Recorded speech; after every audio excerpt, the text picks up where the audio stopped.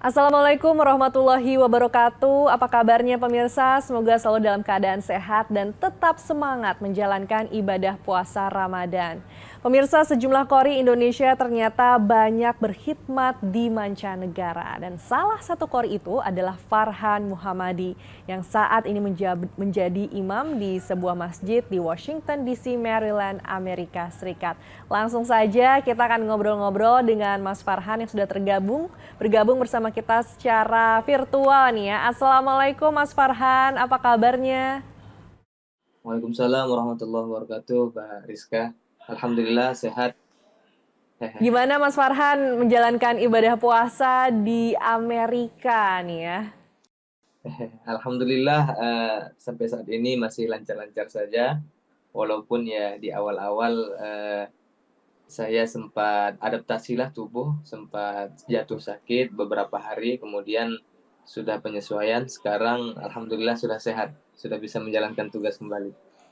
Kita juga penasaran sih, emangnya kalau di Amerika tuh berapa lama sih menjalankan ibadah puasanya? Berapa jam tuh Mas Farhan? Mungkin 13 jam. 13 jam ya. Terus dengan durasi yang sangat panjang itu ada kesulitan nggak sih Mas Farhan? Kalau dalam melaksanakan ibadah mungkin nggak ada kesulitan. Akan tetapi karena cuacanya di sini sedang perubahan dari musim dingin ke musim spring, jadi cuacanya masih dingin sehingga untuk menahan lapar dan haus itu rasanya lebih cepat untuk mendapatkan Tapi rasa insya lapar. Allah, tetap tidak mengurangi rasa khidmat beribadah puasa ya, Mas Farhan ya Benar, benar. di Amerika. Nah, kita juga pengen tahu nih kegiatan Mas Farhan selama di Washington di situ kayak apa aja sih? Boleh diceritain nggak sih Mas Farhan sebagai Kori?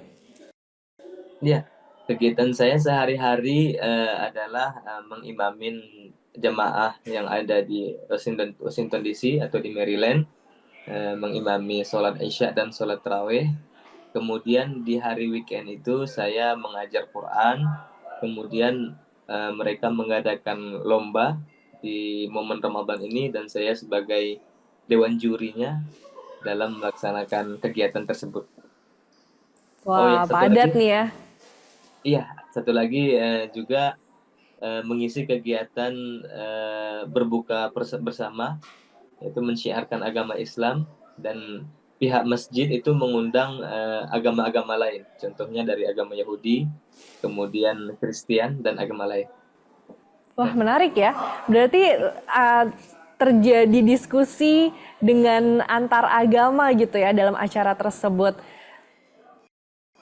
Tidak Mas terjadi Fa- diskusi, akan tetapi Mhm. kita mendemonstrasikan nilai-nilai dari agama Islam. Di antaranya yaitu kita mengundang mereka ikut makan serta dalam kegiatan berbuka bersama. Oh, justru Kemudian mereka kita jadi ikut berbuka puasa gitu ya. ikut mencicipi hidangan. Kemudian kita melantunkan ayat suci Al-Quran. Kemudian ada beberapa teman-teman yang menjadi mau'izah hasanah atau penceramah sebelum berbuka puasa. Dan itu didengarin oleh kaum kaum kaum umat agama lain. Oke, terus gimana tuh respon dari saudara-saudara yang berbeda agama tersebut saat mengikuti acara itu? Responnya sangat baik karena ini adalah program sudah lama berjalan. Mungkin semenjak masjid itu didirikan sejak tahun 2014. Oke, berarti bisa digambarkan nggak sih Mas Farhan kayak gimana cerita toleransi antar umat beragama di sekitar lingkungan Mas Farhan gitu ya? Kan di Amerika di Washington DC, Maryland itu ya Mas Farhan. Ya, kalau toleransi beragama di sini, saya rasa itu sangat tinggi karena lokasi masjid kita itu namanya Masjid Imam Center, berada di tengah pemukiman orang-orang Yahudi. Jadi Hmm. kendaraan lalu lalang untuk melaksanakan ibadah, mereka sudah mentoleransi akan adanya jam sibuk di jalan-jalan tersebut. Sementara itu adalah pemukiman dan rumah mereka. Tapi mereka sejauh ini masih membuka dengan senang hati untuk kesibukan-kesibukan tersebut. Wah, menarik ya di sana. Jadi meskipun berbeda agama dan Muslim di sana termasuk yang minoritas berarti ya Mas Farhan ya. Benar. Tapi tetap terjaga gitu ya, toleransi dan saling menghormati serta menghargainya. Nah, tadi Mas Farhan tuh juga cerita kalau misalnya di sana juga ada kegiatan mengajar gitu ya. Kemudian juga menjadi imam sholat. Kalau boleh tahu di sana tuh siapa aja sih Mas Farhan, jamaah dan murid yang ikut mengaji di kelasnya Mas Farhan? Iya, kalau sejauh ini dari jamaah ya, mungkin 40% itu banyak dihadiri oleh orang-orang Afrika, kemudian 30% orang-orang Indonesia, dan 20% adalah orang-orang dari negara lain seperti Arab, Eropa, dan lain sebagainya. Oke, terus gimana tuh sepenglihatannya Mas Farhan melihat mereka berasal dari berbagai negara dan budaya yang berbeda gitu. Dari secara karakternya juga ada perbedaan nggak sih? Ya, dari segi karakter mungkin nggak seperti di Indonesia ya. Artinya di sini mungkin mereka lebih vokal apabila ada eh, berlainan pandangan, Hmm, walaupun pandangan tersebut ditoleransi. Contohnya dalam sholat mungkin berbagai macam madhab ada di masjid tersebut. Rata-rata oke. kalau mungkin eh, lain madhab mungkin beda cara sholat, tapi mereka tetap mengikuti imam yang ada di Indonesia. Tetap toleransi. Baik. Jadi memang ada perbedaan-perbedaan kebiasaan itu ya Mas Farhan ya. Iya, Karena adanya berbeda budaya, tapi diskusinya tetap terjaga dan toleransinya tetap ada gitu. benar, benar, Mbak.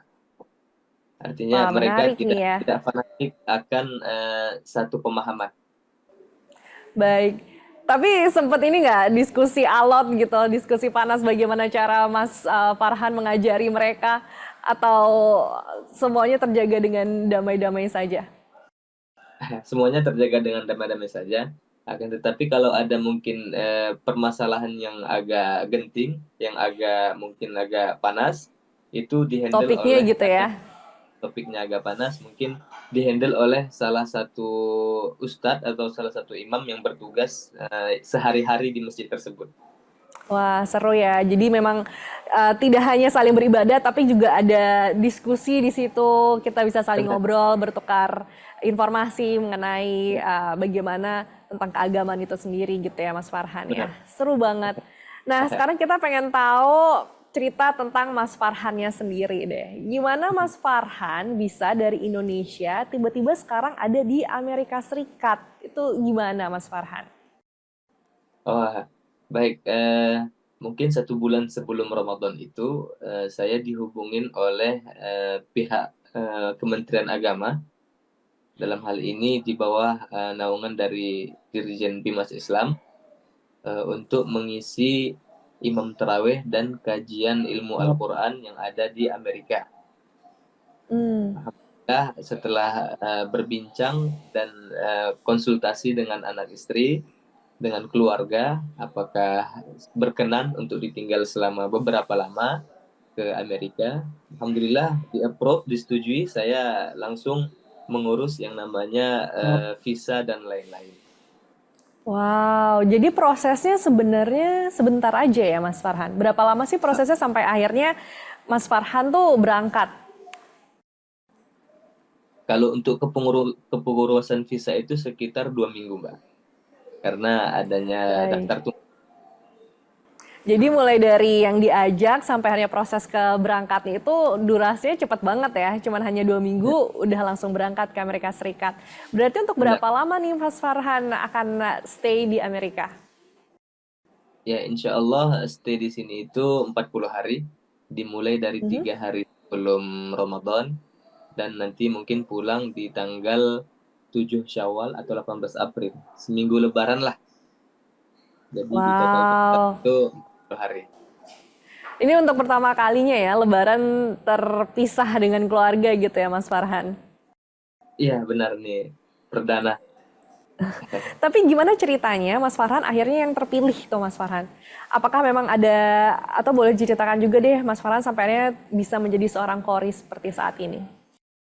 Iya, jadi saya mungkin terpilihnya berawal dari memenangkan kompetisi di Maroko pada tahun 2022. Musabaqah Tilawatul Quran yang diselenggarakan di Maroko pada tahun 2022. Mungkin nominasi dari kejuaraan tersebut saya dipilih oleh Kementerian Agama untuk berangkat mendakwahkan Al-Quran di negeri Paman Syam mungkin. Wow, jadi sangat menginspirasi nih ya, berawal dari Iya, kejuaraan di Maroko itu ya Mas iya, Farhan. Kok benar. bisa sih, boleh nih kita berbagi inspirasi juga nih buat teman-teman Lipotanam yang mungkin juga masih muda, pengen menjadi kori internasional. Kayak gimana sih Mas Farhan perjuangannya untuk bisa menjadi kori internasional dan memenangkan kejuaraan di internasional juga? Iya, yang pertama adalah berlatih ya, karena kori ini sama seperti atlet, artinya harus dilatih senantiasa bacaan Al-Quran, kemudian suaranya agar senantiasa lentur, agar membaca Al-Quran itu seperti air yang mengalir. Hmm. Jadi Dari mulai usia dari berapa sih Mas Farhan? ya dari usia 6 tahun itu saya sudah belajar, belajar Al-Quran, belajar membaca, kemudian belajar untuk melantunkan Al-Quran dengan indah, kemudian juga dari kecil juga sudah ikut yang namanya musabaqah, mulai dari tingkat anak-anak, kemudian remaja, kemudian tahfidz, kemudian golongan dewasa. Jadi pada tahun Baik. 2018 dan 2016 dan 2018 saya diamanahkan untuk menjadi juara ketika MTQ tersebut. Di Baik, jadi tingkat, memang latihan itu penting banget ya. iya benar. Jadi Terus Mas Farhan, jadi setelah MTQ nasional itu kita disiapkan menjadi delegasi Indonesia untuk diberangkatkan ke jenjang selanjutnya MTQ internasional di negara-negara lain. oke. Jadi itu ya perjalanan dan prosesnya sampai akhirnya memenangkan juara di Maroko di tingkat internasional pun juga panjang gitu ya Mas Farhan. Tapi pernah nggak Benar. sih ngerasain ada momen mungkin gagal saat menjalani perlombaan gitu? Iya, kalau yang namanya kompetisi itu jatuh bangun itu sudah biasa lah. Hmm. Artinya awal-awal kita mungkin diajar oleh alam mungkin, diajar oleh sunatullah hukum alam untuk bertahan, siap kalah, siap menang. Siap untuk mental mendapatkan kekalahan dan siap mentalnya untuk mendapatkan kemenangan. Gitu. Wow, itu quotes yang sangat luar biasa. Jadi untuk sampai di titik ini, yang pasti Mas Farhan pun mengalami yang namanya jatuh bangun gitu ya. Iya, Di balik kemenangan pun pasti mengalami kegagalan, tapi yang paling penting jangan menyerah ya, untuk terus berlatih seperti Mas Farhan. Nah terus Mas Farhan, kira-kira apa sih yang paling dirindukan nih Mas Farhan selama merantau di Amerika Serikat? ya. Yang pertama adalah momen berbuka bersama keluarga dan bersama keluarga. Mhm. Itu adalah momen yang sangat dirindukan ketika kita di negeri lain ya. Udah cuman momennya doang, nggak ada makanannya nih Mas Farhan. Nah, ini kebetulan ini masjidnya adalah masjid dibangun dan dibeli oleh orang Indonesia. Jadi dulu ini masjidnya ini bekas gereja, Mbak. Kemudian dialihkan menjadi masjid, dibeli oleh orang Indonesia yang ada di sini. Jadi dan di apa namanya istilahnya itu di apa namanya diuruslah secara Oke. kepengurusan itu diurus oleh orang Indonesia sehingga berbuka puasanya pun ala-ala Indonesia, masakan Indonesia, dan yang hadir pun banyak yang orang Indonesia. Jadi untuk masalah makanan nggak masalah ya, karena Nggak di sana semua makanan Indonesia juga ada gitu. ada. Terus selama di Amerika Serikat nih, berarti sudah hampir 3 minggu ya Mas Farhan di sana, betul? Iya, sudah 3 minggu, Mbak. Sudah selama 3 minggu di sana. Eh, Kira-kira menemukan apa aja sih perbedaannya antara puasa di sana dengan puasa di Indonesia? Iya, mungkin puasa di Amerika mungkin kita lebih jauh lebih toleransi ketika melihat orang yang sedang tidak berpuasa. Karena di Hmm. sini juga orang berbagai macam agama kan. Artinya ketika kita pergi keluar, mungkin kita melihat orang di pinggir jalan sedang makan. Sementara di Indonesia kan tidak, warung-warung tuh ditutup kan. Eh, Jadi kita lebih Itu yang sangat lebih terasa. sangat terasa. Kemudian kita lebih toleransi lah kepada umat yang tidak melaksanakan puasa, pada orang yang tidak melaksanakan puasa. Baik, jadi itu ya perbedaan yang sangat dirasakan oleh Mas Farhan ya selama puasa Benar. di Amerika dan juga di Indonesia. Nah, ini kan Ya. sekarang akhirnya pergi ke Amerika. Ada rencana lain nggak sih Mas Farhan untuk juga pergi mengajar ataupun mungkin syiar gitu di luar Indonesia? Ya, untuk saat ini, untuk kedepannya mungkin belum ada panggilan, tapi sudah ada beberapa bulan sebelumnya saya juga diundang ke India untuk melaksanakan pembacaan ayat kursi Al-Quran, ayat suci Al-Quran di peringatan acara Tabligh Akbar di India. Mungkin setelah dari Amerika, mungkin saya menunggu untuk ditempatkan di negara-negara lain.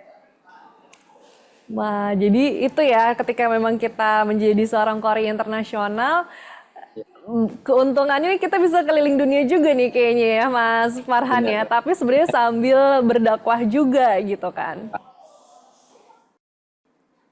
Jadi tantangannya kalau keliling dunia yang saya rasakan adalah harus menguasai bahasa lah, terutama Arab dengan Inggris lah, yang harus kita kuasai.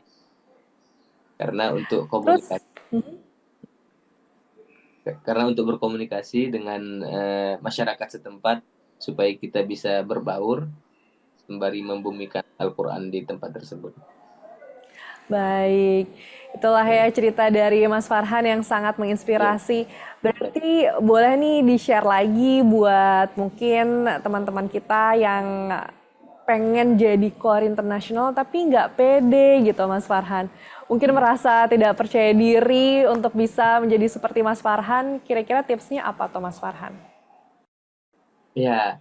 eh, Kalau untuk teman-teman yang mungkin di luar sana untuk ingin menjadi kodi, ya yang pertama adalah latihan dengan para guru, kemudian berlatih secara intens agar apa namanya kemampuannya terus berkembang, kemudian belajar untuk berani tampil di kalangan kecil dulu, seperti masjid-masjid, musola-musola, kemudian di lingkungan keluarga mungkin untuk mengetes kepedean atau kepercayaan diri dalam melantunkan ayat suci Al-Quran. Masya Allah, itu ya tipsnya langsung dari Kori Internasional. Dan kalau kita boleh tahu kesempatan apa aja nih selama Mas Farhan menjadi seorang Kori Internasional, itu kesempatan apa aja yang bisa Mas Farhan dapatkan? Yang pertama keliling dunia lah, kesempatan keliling dunia, kita tidak mengeluarkan spesial biaya apapun, mungkin berkah Al-Quran kita bisa dibawa kemana aja, dibawa ke bumi Amerika, dibawa ke Arab, dibawa ke Asia negara lain, itu dengan Al-Quran tanpa biaya apapun, hanya dengan Al-Quran. Oke, itu tadi keliling dunia ya. Terus bertambah saudara juga nggak sih Mas Farhan? Ya, Tadi kan Mas Farhan cerita akhirnya ketemu jemaah-jemaah lainnya gitu, murid-murid dari negara lain. ya, bertambah jamaah dan relasi lah. Jadi kita saling kenal apabila ada urusan-urusan yang mungkin melibatkan negara dia, kita bisa hadir gitu. Itu ya ceritanya pengalaman menjadi seorang kori internasional. Nah Mas Farhan terakhir nih kira-kira ada yang mau disampaikan nggak buat masyarakat Indonesia yang sedang menjalankan ibadah puasa juga di sini? Ya, yang pertama-tama saya mengucapkan terima kasih kepada Dirjen Bimas Islam, terkhusus kepada yang mengutus saya, Subdit MTQ. Terima kasih atas telah memberikan kesempatan saya untuk mengisi tugas di negeri Amerika. Kemudian kepada seluruh rakyat Indonesia atau kepada seluruh umat Muslim Indonesia, semoga puasa kita diberkahi dan dilancarkan oleh Allah, diterima oleh Allah, dan diberikan ganjaran yang setimpal dengan apa yang telah kita laksanakan. Amin ya Rabbal Alamin. Terima kasih banyak Mas Farhan Ya, untuk kisah inspiratifnya. Selamat menunaikan ibadah puasa ya, karena di sana nih kayaknya baru mulai ya, habis sahur kan Mas Farhan. Terima sudah. kasih banyak. Sampai Ya. jumpa lagi Mas Farhan. Assalamualaikum. Waalaikumsalam warahmatullahi wabarakatuh. Dan demikian perbincangan saya bersama dengan Mas Farhan, Korea Internasional. Saya Rizka Andalina pamit. Sampai jumpa. Wassalamualaikum warahmatullahi wabarakatuh.